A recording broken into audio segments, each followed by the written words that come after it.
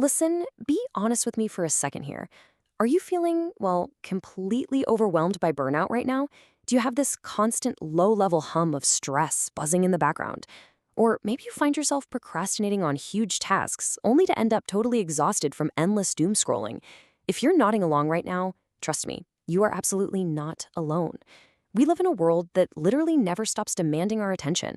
It tells us we always need to push harder, be louder, and crush the competition. But what if the way we're actually trying to manage our stress is, ironically, the exact thing creating more of it? Welcome to today's Explainer. We're going to be looking at a truly fascinating solution to our very modern problems, a 2,500-year-old toolkit for stress. Specifically, we're unpacking the wisdom of the Tao Te Ching, written by the ancient Chinese philosopher Lao Tzu. Now, hold on. Before you assume this is going to be some dense academic lecture on abstract ancient religion, think again. We're actually going to look at this text strictly as an unexpectedly practical everyday manual, one that's going to help us find real peace, reduce stress, and actually get things done without completely burning out. Okay, let's dive into this. Here's our roadmap for today. First, we'll cover the modern stress antidote. Next, we'll go over the core ideas of the Tao. Then we'll get into ancient tools for life, and finally wrap things up with a practical Taoist routine. Part 1. The modern stress antidote. Why ancient wisdom is exactly what we need today.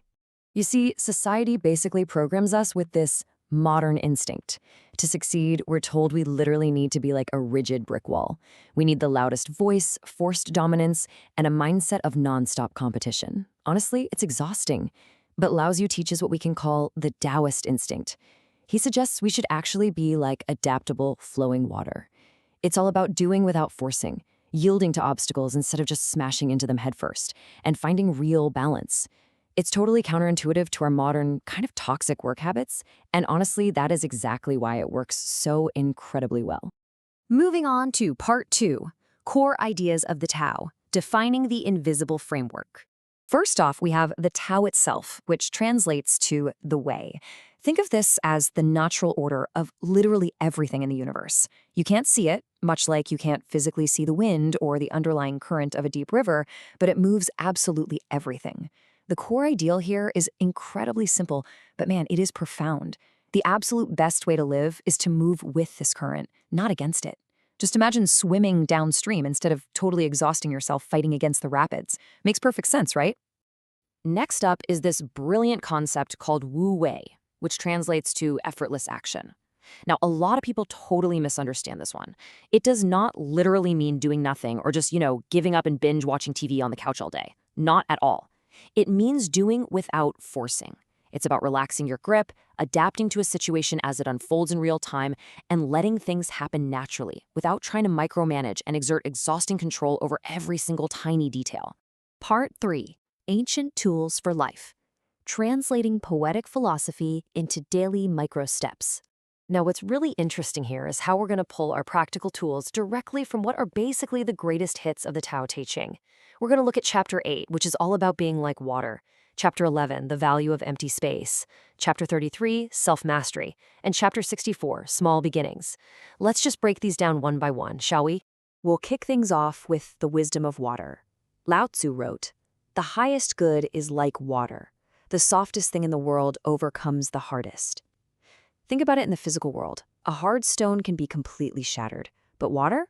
Water simply yields. It flows. And eventually, over time, it wears that hard stone away completely. True strength isn't about rigid dominance. It's about being soft, humble, and highly adaptable. So, how do we actually use this right now? We apply it through what we can call soft power. When your plans suddenly blow up, say you're stuck in awful traffic or a massive meeting gets canceled at the last second, don't be that rigid stone that just gets frustrated and cracks. Pivot immediately.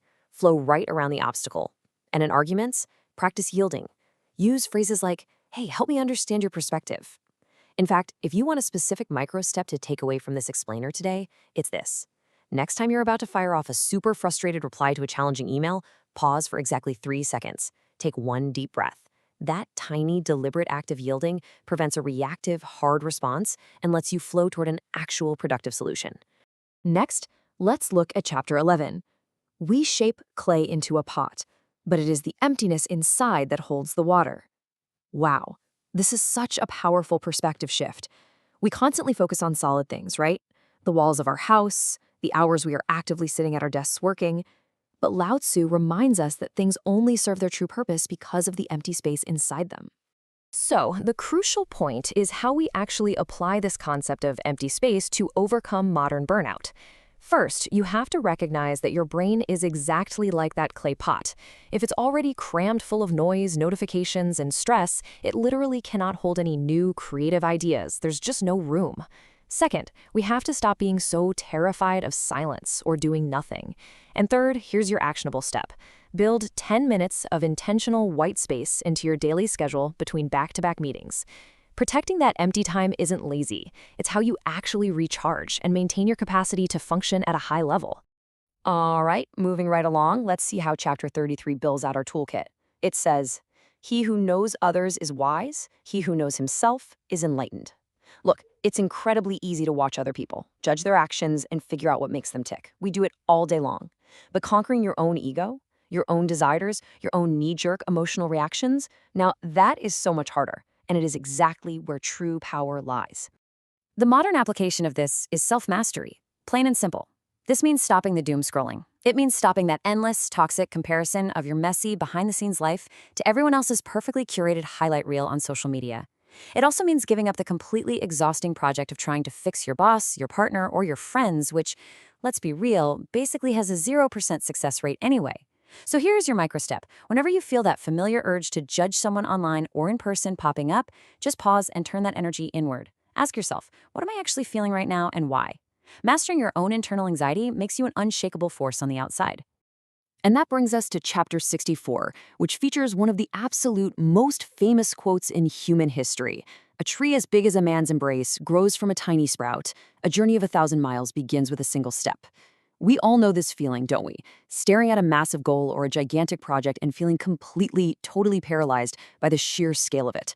And this brilliantly illustrates the solution. We so often fall into the trap of all or nothing thinking. We stare intensely at the finish line, we try to force results, we feel overwhelming pressure, and what happens? We procrastinate, we freeze up, but instead, we need to lean into the Taoist power of small steps. You practice patience, you trust the process, and you remove all that heavy pressure. The micro step here is truly life-changing. When a task feels way too big, commit to doing just 5 minutes of work. Just the absolute first, tiny step. You allow the habit to grow naturally, like a little sprout, instead of yanking on it to force it to grow, which, only kills it anyway. Part 4. A practical Taoist routine. Start your day with ancient balance. I highly encourage you to make a mental note of this, or maybe even jot it down on your phone, because this right here is your new daily toolkit. Your Taoist morning routine. Step 1. Empty. Spend the first 5 minutes of your morning in pure silence. No phone, no podcast playing in the background, no music. Just empty space. Step 2. Flow. As you start your commute or open up your laptop, remind yourself to be like water. When the inevitable problems pop up, flow around them instead of smashing into them head-on. Step 3. Small steps. Identify one major goal for the day, but only commit to the very first 5-minute step of it. And step 4. Reflect. Right before you go to sleep, think back on one moment where you reacted emotionally that day, and ask yourself how you can practically apply self-mastery next time. The truly beautiful thing about all this ancient wisdom is that you don't have to change your entire personality to use it. You just have to slightly adjust your perspective. So I want to leave you with a question to really think about as you go about the rest of your day. Which area, being flexible like water, managing your empty time, practicing self-mastery, or taking small steps to start new habits, do you honestly find most challenging to balance in your life right now? Figure out your answer and start applying your 2,500-year-old toolkit today. Thanks so much for joining me on this explainer, and I'll catch you next time.